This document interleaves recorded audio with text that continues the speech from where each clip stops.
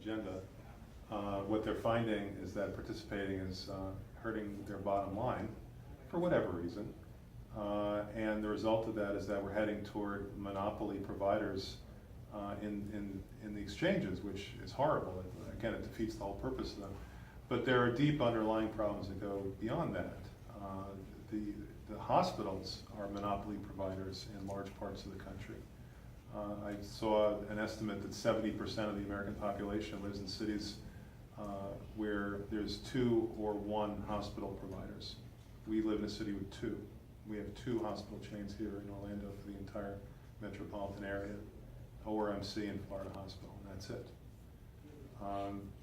And so, you know, there are other bottlenecks in the system other than the insurance companies that end up taking advantage of people. But the underlying flaw is very simple. You know, the insurance company's business model is that they get as much as they can out of your pocket. They provide you the least amount of care they can get away with legally, and they call the difference profit. There's an inherent conflict of interest between you and your insurance company that goes right to your continued status as a living human being. So, you know, that's a system that was essentially born in sin, thanks to the profit motive, and now lives in sin.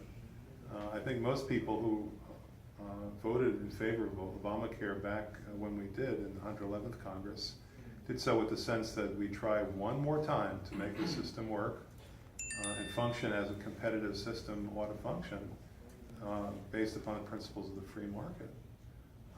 But there are still many, many flaws in the system.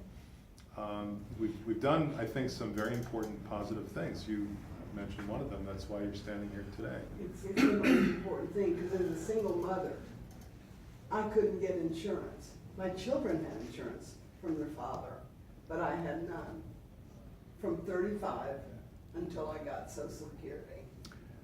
Right, and if you could somehow manage to get it, you ended up paying more than a man your age with your medical history. You know, the system was basically rampant discrimination. And you know, we've done some really good things. The number of insured is up, the number of uninsured is down. The system is actually there when you need it. They can't literally pull the plug on you while you're in a coma any longer because they think your care has gotten too expensive and you reach some magic number on the fine print of your policy that you never read. Can't do that anymore.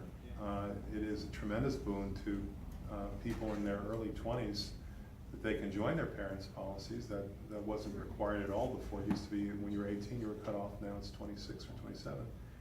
And we've managed to guarantee certain minimal elements of comprehensive care so that it's not fakery. It's not like your insurance policy is only there when you don't need it. We've moved beyond that as well because the Obamacare policies, you know, they may have high deductibles and the co-payments are maybe getting higher. But the fact is that if you get sick, you actually get the care that you need, and that's something you couldn't count on before. So we made some progress, but the flaws in the system are still there. They're still great, you know, I think that if I understand the leadership correctly, they regard expansion of Medicare as the next big thing. If the Democrats actually ever pull their act together and want to try to improve the healthcare system in this country. Did you by any chance see the 60 Minutes last Sunday? Did they talk about the insurance companies not paying people that died that had insurance policies and nobody knew about it? Well, I'm running a statewide campaign in a state of 20 million people, so I'm not watching a lot of TV lately. Well, I was amazed. Neither are any of us. Millions and millions of dollars. Yes, one second. Go ahead. Oh, I'm sorry. Yeah, just one thing. So fingers crossed, say you were to defeat Murphy and Rubio for the Senate. So the idea would be to have Democrats overtake the Senate, right? But wouldn't the issue still stand that once you're there, that those in opposition, those antagonistic to your more progressive message, has grown beyond just conservative Republicans, but neoliberal Democrats? Well, I mean, look, I manage to get enormous good things done all the time. I mean, I'm not standing before you and saying, I hate that gridlock in Washington, D.C. I'm standing before you and saying, I've passed 100 different pieces of legislation in the past 3+ years, which is more than anybody else in the House of Representatives. And in part, I do that because people like you help, but also in part, I understand what it takes, and I actually care enough to want to do it, rather than just schmooze with lobbyists and eat their lobster and their steak.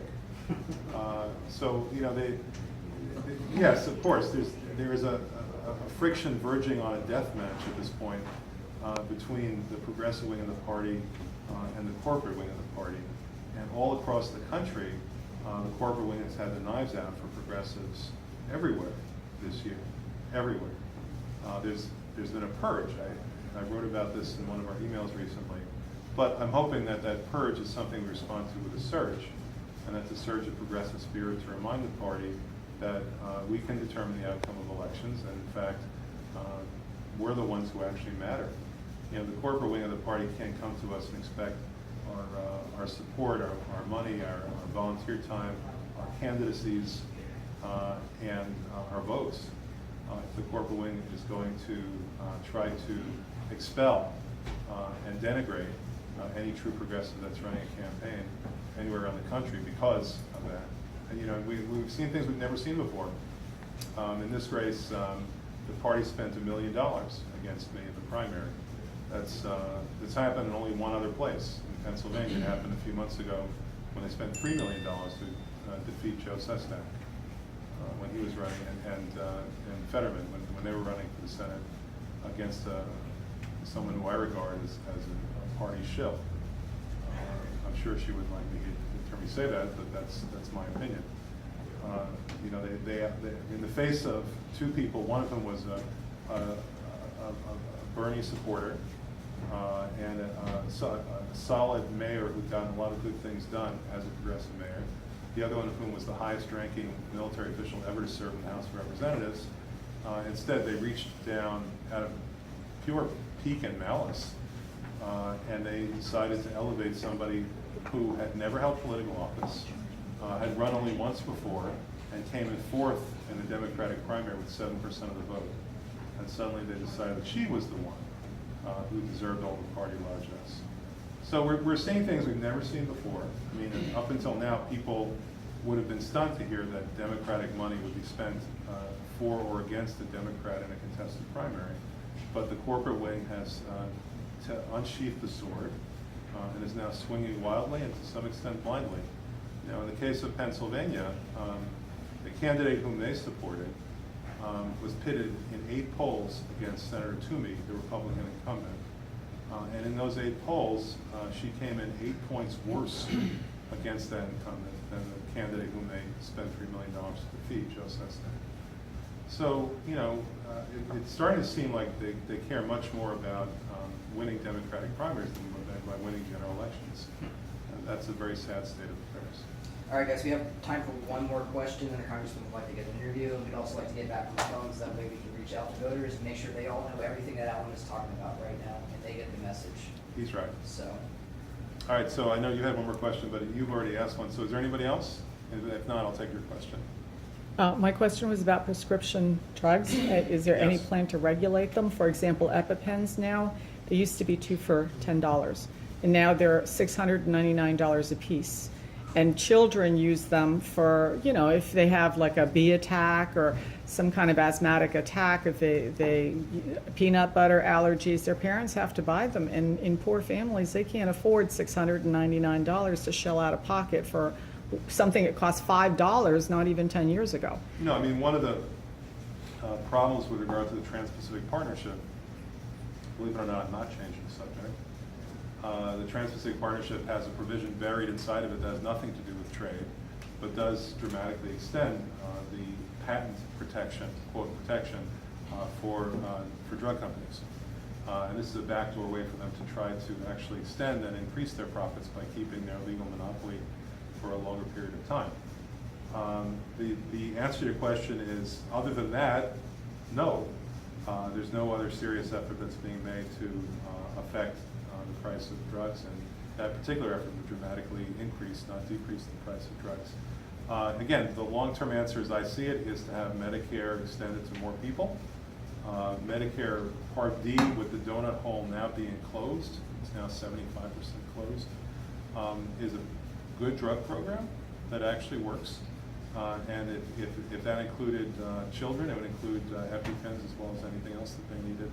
So the Medicare Part D prescription drug program is something where we ought to look at extending that at an earlier date to the rest of the population, if we could possibly get the traction to do that. Okay, folks, thank you very much. Thank you, Congressman. You're welcome. And, appreciate it. Thanks for coming.